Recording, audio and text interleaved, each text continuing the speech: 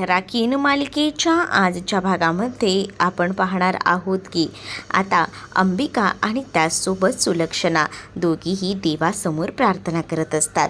त्यांना असं वाटत असतं की आलोकच्या आयुष्याचं सगळं काही चांगलं व्हायला हवं, आलोकच्या आयुष्यात कोणतीही अडचण यायला नको असंही आता वाटत असतं.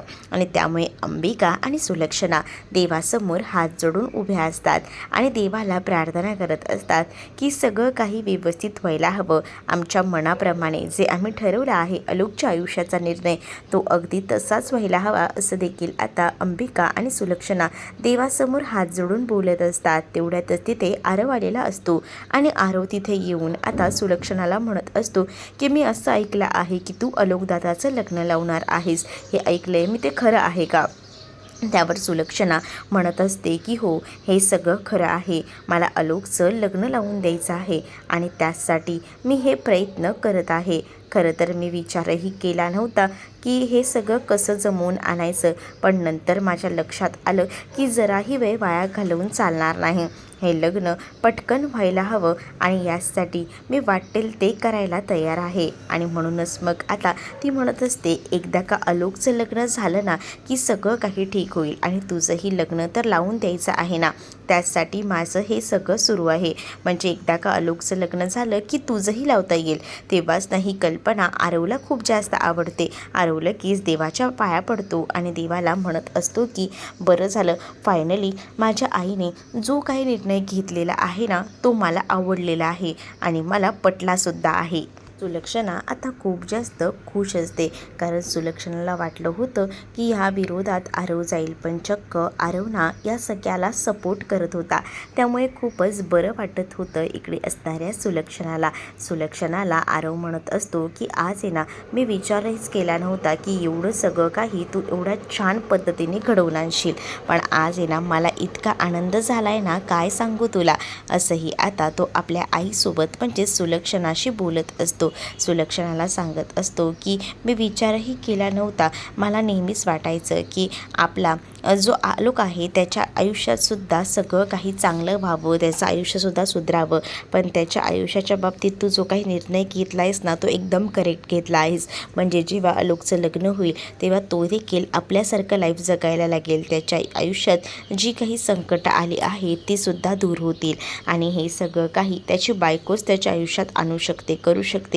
कारण जर त्याच्यावर प्रेम करणारी, त्याला जीव लावणारी तशी बायको जर भेटली तर त्याचं आयुष्य सुधरू शकतं, तो बरेच त्याच्यामध्ये बदल घडू शकतात असंही आता म्हटलेलं असतं.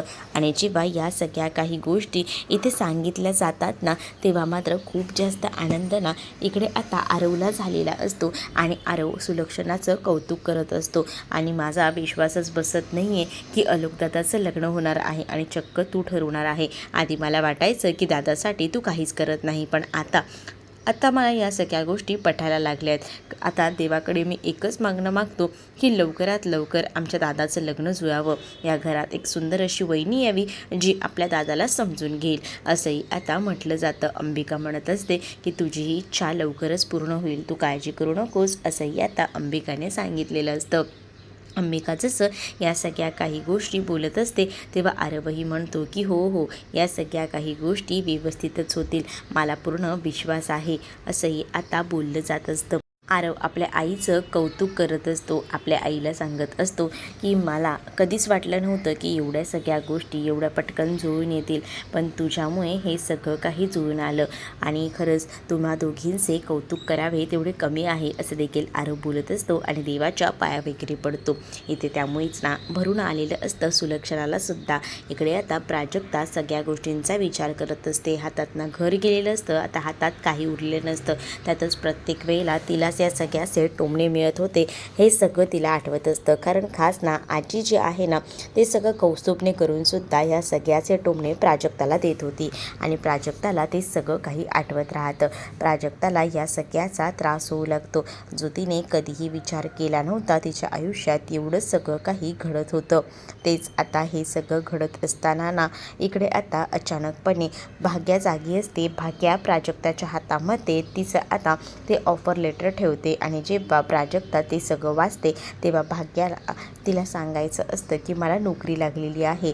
प्राजक्ताला मात्र आता खूप जास्त आनंद होतो ते लेटर वाचून आणि ती म्हणत असते की भाग्या, ह्यावरून तर मला एवढं कळते की तुला नोकरी लागलेली आहे. तेच आता भाग्या खूप जास्त खुश होते आणि म्हणत असते की हो, तू बोलतेस ते अगदी बरोबर आहे, मला नोकरीच लागलेली आहे. आणि हे सगळं बघून ती आता खूपच जास्त हॅप्पी झालेली असते आणि तिने आता ना सगळं काही आपल्या मनाप्रमाणे केलेलं असतं, त्यामुळेच ना आता बरं वाटत असतं. हे सगळं झाल्यानंतर इथे आनंद असतो सगळीकडेच. आणि मग जेव्हा हे सगळं होत असतं तेव्हा मात्र आता लगेच ना प्राजक्ता तिकडनं एक डब्बा काढते आणि साखर तिच्या हातात देते आणि म्हणत असते की हे खरंच खूप आनंदाची गोष्ट आहे की तुला जॉब लागला. बघ, तू हे सगळं काही मला आधी का नाही सांगितलंस, असंही आता विचारलं जातं. तेच आता भाग्या सांगत असते की खरं तर मला जेव्हा नोकरी लागली तेव्हा मी हे सगळं सांगायला आलीच होते आनंदाने, पण मी जेव्हा घरी आले तेव्हा बघितलं तर काय, आपल्या घराला लॉक लावलेलं होतं आणि काहीच नव्हतं. मग मला विचार आला की आता तुम्हा लोकांना कसं सांगू, कारण सगळीजणं टेन्शनमध्ये होते, पण माझी आनंदाची बातमी राहिली सांगायची. इकडे आता बाबांना मध्येच ना ठसका लागलेला असतो आणि त्यामुळे आता इथे चारूलासुद्धा झोप येत नसते. चारू ही विचार करत असते की काय होईल, कारण तिचा एवढा हसता खेळता सगळा संसार जो आहे ना तो पूर्णपणे उद्ध्वस्त झालेला असतो आणि त्यामुळेच ना खूप जास्त काळजी वाटत असते. कळत नसतं की काय चाललं आहे ते. तेच इकडे आता चारूला झोप लागत नसते आणि चारू मात्र टेन्शनमध्ये असते. इकडे प्राजक्ता आणि भाग्या दोघीही जणी बोलत असतात. प्राजक्ता आणि भाग्या दोघीही जणी बोलत असताना ते आता प्राजक्ता भाग्याला म्हणत असते, पण हा इंटरव्ह्यू कसा झाला, काय झालं, तू तर मला सांगितलंच नाही. खरं तर आता तुला सांगू का, इंटरव्ह्यूला जाताना मला खूप जास्त टेन्शन आलं होतं. मला तर काही सुधरत नव्हतं. मी विचारच करत होते की कसं होईल, पण आरव नव्हता का, त्याने मला ना बऱ्याच अशा गोष्टी सांगितल्या, त्यामुळे ना मला बरं वाटलं आणि आरवने मला बरंच रिलॅक्स केलं. मला बरं वाटलं त्या सगळ्यामुळे. आणि मग मी विचार केला की चला, फायनली सगळं काही नीट होतं आहे. सो इंटरव्ह्यूला गेले. इंटरव्ह्यूला मी गेलेली असताना ना मला ना तिथे गेल्यावरसुद्धा भीती वाटत होती. पण तुला सांगू का, माझा तर इंटरव्ह्यूसुद्धा तिथे झाला नाही. मग आता प्राजक्ता म्हणते की काय, इंटरव्ह्यूसुद्धा झाला नाही, मग तुझं सिलेक्शन कसं झालं. तेच आता प्राजक्ताला भाग्या सांगत असते की अगं, मी जिथे गेली होती ना इंटरव्ह्यूला, तिथे ना एक लहान मुलगी होती आणि ती आपल्या आईवर रुसली होती. ती आपल्या आईबरोबर बसलेली असताना तिची आई ना तिला भरवायचा प्रयत्न करत होती, पण ती काही केल्या खातच नव्हती आणि त्यामुळेच ना टेन्शन आलेलं होतं. काहीच कळत नव्हतं की काय करावं ते. आणि मग जेव्हा ह्या सगळ्या काही गोष्टी झाल्या तेव्हा ना मी प्रयत्न केला आणि म्हटलं की काही झालं तरीसुद्धा आता समजायला हव्या ह्या सगळ्या गोष्टी. आणि म्हणूनच ना मी लहान मुलीला समजावलं आणि ते सगळं ना त्या मॅडमने पाहिलं. त्या मॅडमने ह्या सगळ्या काही गोष्टी पाहिल्यामुळे ना त्या मॅडमने लगेचच मला नोकरीवर घेतलं. खरं तर ना हे सगळं काही घडलं ना तेव्हा माझ्या ना डोळ्यांवर विश्वास बसत नव्हता. मला तर काहीच कळत नव्हतं की हे सगळं कसं काय पॉसिबल होतं आहे. पण त्यांनी माझं सिलेक्शन ना लगेचच केलं आणि त्यांनी माझं सिलेक्शन जसं केलं ना तसा मला इतका आनंद झाला ना की काय सांगू तुला. म्हणूनच तर मला ही नोकरी लागली. मग आता प्राजक्ता ही आता भाग्यासाठी खूप जास्त खुश असते, कारण तिलाही असं वाटत असतं की भाग्याचं काहीतरी चांगलं व्हायला हवं आणि त्यात भाग्याला नोकरी लागली. आणि त्यातच आता मुद्दामून आरवच्या नावाने सुद्धा चिडवायचं प्राजक्ताचं काम चालू होतं. आणि ती म्हणत असते की हे सगळं त्याचमुळे झालं आहे ना, बरोबर आरवची साथ होती, आरवने तुला सांगितलं आणि त्यामुळे तुला हा इंटरव्ह्यू देता आला, बरोबर की रे. मग तेव्हाच ना भाग्या थोडी लाजत असते. इकडे आता बाबांना झोपलेला असताना ठसका लागतो आणि जेव्हा त्यांना असा ठसका लागतो तेव्हा ते उठून बसतात. तेच आता चारू ना त्यांना पाणी वगैरे देते आणि चारू आता त्यांना शांत करत असते. चारू म्हणत असते की काही त्रास होतो आहे का. मग तेव्हाच ना ते म्हणत असतात की काही त्रास कसला गं, गोळ्या घेतोय, गोळ्याने आजारपण तर जाईल गं, पण माझा संसार जो काही रस्त्यावर आला आहे तो थोडी व्यवस्थित होणार आहे, त्याचीच काळजी वाटते, त्याचंच टेन्शन येतं, असंही आता म्हटलं जात असतं. मग तेव्हाच ना इकडे आता चारूसुद्धा काहीच बोलू शकणार नसते, कारण चारूलासुद्धा त्या सगळ्या गोष्टीचं टेन्शन असतं, कारण तिच्या हातात ना सगळ्या काही गोष्टी अशा निसटून गेलेल्या असतात आणि तिने कधीही त्या सगळ्या गोष्टींचा विचारही केला नव्हता. ते सगळं काही तिच्या आयुष्यात आज घडत होतं आणि त्यामुळेच ना तीसुद्धा खूपच जास्त टेन्शनमध्ये असते आणि तिला कळत नसतं की काय करावं ते दुसरीकडे आता पाहायला मिळत असतं की कसं कसं त्यांना आता शांत केलं जातं. तेव्हाच ना इकडे ते विचार करत असतात की आता पुढे काय होईल. आजीसुद्धा आता त्यांच्याकडे बघत असते. आजीलाही काळजी वाटत असते. आजी विचार करते की माझ्या मुलीच्या आणि त्याचसोबत जावयाच्या आयुष्याचं हे सगळं काय झालं. त्यांचा संसार अगदी रस्त्यावर आलाय हा विचार ना आता मनामध्ये येऊ लागलेला असतो. आता इकडे ना चारू जी आहे ती ह्या सगळ्या काही गोष्टींचा विचार करत असते. तिलाही वाईट वाटत असतं, पण काय करणार, हातात तर काहीच उरलेलं नसतं. ही सगळी वेळ खरं तर कौस्तुभमुळे आलेली असते, पण ही आजी जी आहे ना ती कौस्तुभला एकाही शब्दानं काहीच बोलत नसते. तिला असं वाटत असतं की जे काही झालं आहे ना ते फक्त आणि फक्त प्राजक्तामुळे झालं आहे. बिचारी प्राजक्ता तिची काही चूक नसताना तिला सहन करावं लागतं. इकडे आता तृप्तीनं झोपायचा प्रयत्न करत असते, पण तृप्तीला काही केल्यास झोप लागत नसते आणि त्यामुळेच ना आता तृप्ती तुला सांगत असते की इथे तर ना झोपसुद्धा लागत नाही आहे.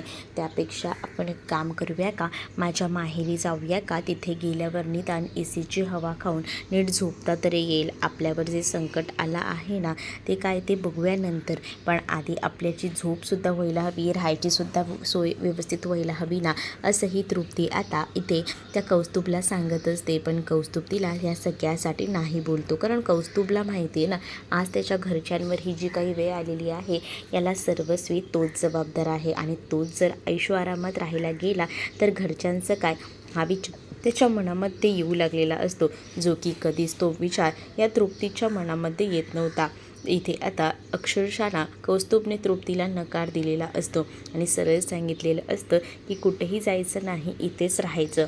तेच दुसऱ्या दिवशी सकाळी आता प्राजक्ताना काम करत असताना डोक्यात हजारो विचार येत असतात की काय करायचं, कारण आजीने ना खूप जास्त आता टोमणे मारलेले असतात. आजीने आता या सगळ्या काही गोष्टी केलेल्या असतात ना, त्यामुळेच ना तिला सतत तेच आठवत राहतं. आता आजीची बडबड सुरू असते, कारण चारू आता म्हणत असते की काय गं तू आई, तुझा हात दुखतो तरीसुद्धा हे सगळं सामान तू असं वरती का बरं ठेवतेस, नीट लावून ठेव ना. नाही गं, मी हे सगळं माझं किचनचं सामान ना लावलं होतं व्यवस्थित, पण इकडे सुद्धा त्या घरात ढवळाढवळ केलेली दिसते. अजून कोण करणार, त्या अवदसेनेच हे सगळं केलं. हे आता प्राजक्ताला बोलून टोमणे द्यायचं काम सुरू असतं या आजीचं. मग आता तेव्हाच ना मामी म्हणत असते की तू काळजी करू नकोस, हे सगळं काही ना आज मी लावून घेते किचन. मग तर झालं. तेव्हा आजी म्हणत असते की नको नको, ती आपण तुमच्या घरचं बघूया, असंही आता म्हटलं जातं. तेच तृप्तीला ना बाथरूममध्ये जायचं असतं आणि म्हणूनच तृप्ती ना आता मोठमोठ्याने ओरडत असते. ही केव्हाची आतमध्ये जाऊन बसली, अजून आली नाही, कारण भाग्य आतमध्ये गेलेली असते. तेच इथे बाहेर ना इकडे सुद्धा आता बाबांनी तो दवाखाना त्यांचा सुरू केलेला असतो, जो की आयुर्वेदिक दवाखाना असतो. आणि जेव्हा ते आता बोलत असतात ना तेव्हा मात्र आता म्हणत असतात की तुम्हाला जर एवढाच त्रास होतोय ना तर तुम्ही या औषधं घ्या आणि तुम्ही याआधी तरी यायचं होतं ना. तर तेव्हाच ना किती पैसे झाले असं विचारलं जातं, तर फ्रीमध्ये औषधं दिली जात असतात. मग हे सगळं कौस्तुभ बघतो, त्याला राग येतो, तो आतमध्ये निघून जातो.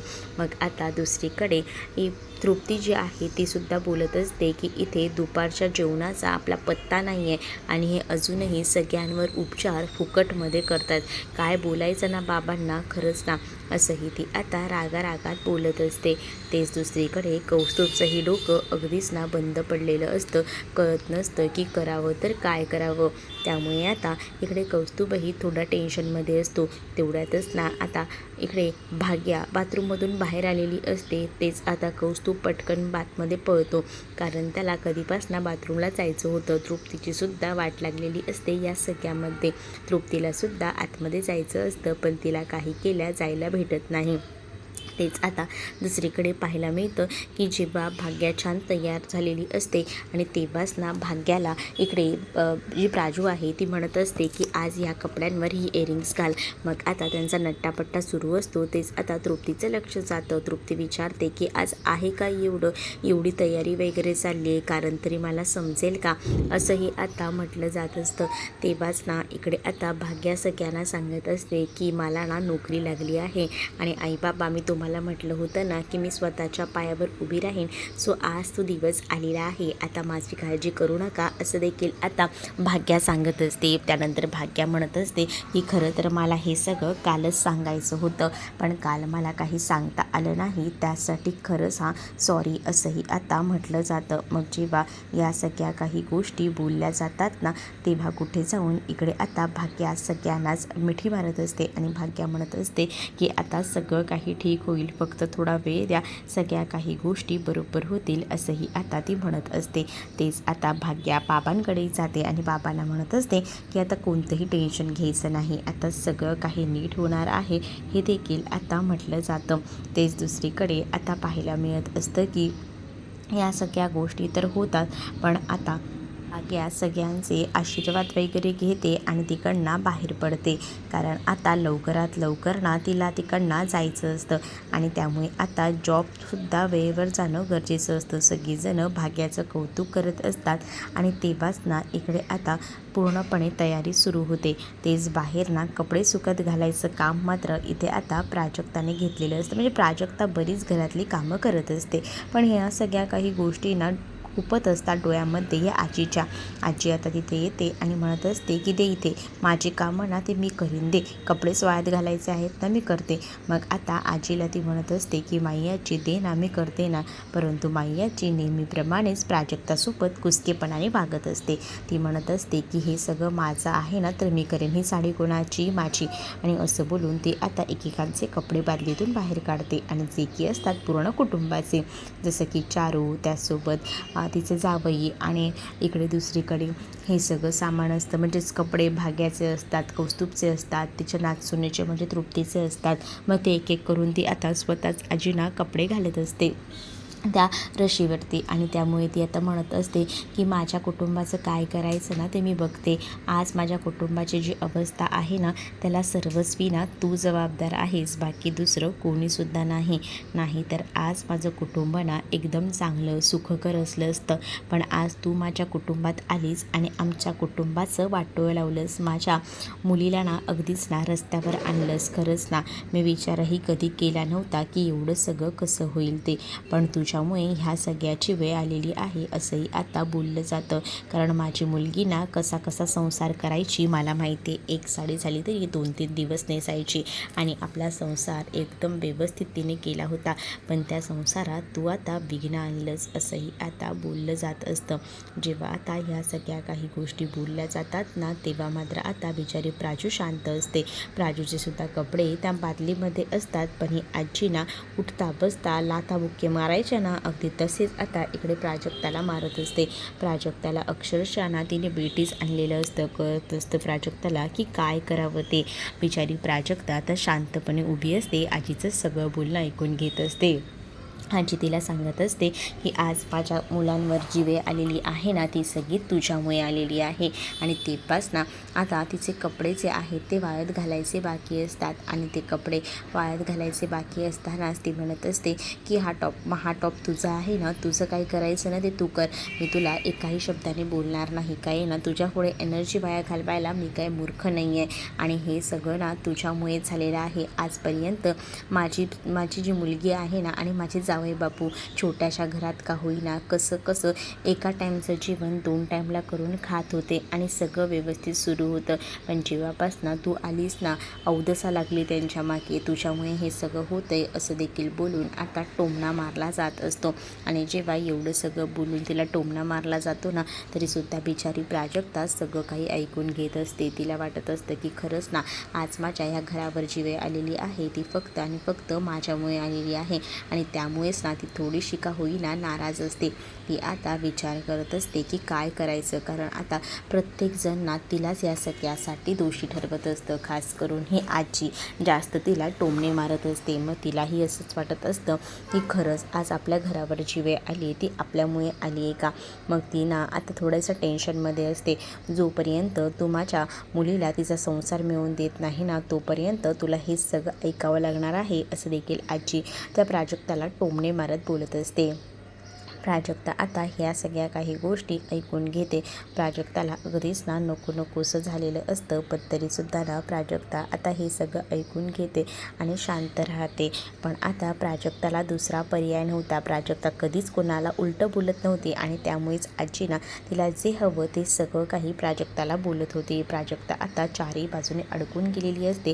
तिला समजत नसतं की काय करावं, कारण आता तिच्या हातात पैसेही नसतात, काहीच नसतं जे की ती तिचं आपलं घर वाचवू शकेल. आणि त्यामुळेच ना सगळीकडनं पूर्णपणे एकदम मोठ्या संकटात प्राजक्ता सापडलेली असते. तेच आता ती आता जॉबला जाते तेव्हा सुलक्षणासोबत बोलत असते. सुलक्षणा तिला सांगते की तुला तुझं घर हवं आहे ते मी तुला मिळवून देऊ शकते, पण त्यासाठी माझी एक अट आहे. मग आता प्राजक्ता म्हणते की मी तुमच्या सगळ्या अटी मान्य करायला तयार आहे. तेव्हाच ना आता प्राजक्तासमोर सुलक्षणा लग्नाचा प्रस्ताव ठेवते आणि मग तू माझ्या आलोकसोबत लग्न करायचं असं सांगते. तेव्हा मात्र प्राजक्ताला धक्का बसतो. तर तुम्हाला भाग कसा वाटला हे नक्कीच मला कमेंटमध्ये सांगा आणि अशाच नवनवीन भागांसाठी आपल्या चॅनलला सबस्क्राईब नक्कीच करा. चला तर मग भेटूया पुढच्या भागामध्ये. तोपर्यंत टाटा बाय. व्हिडिओ आवडला असेल तर लाईक करायला विसरू नका.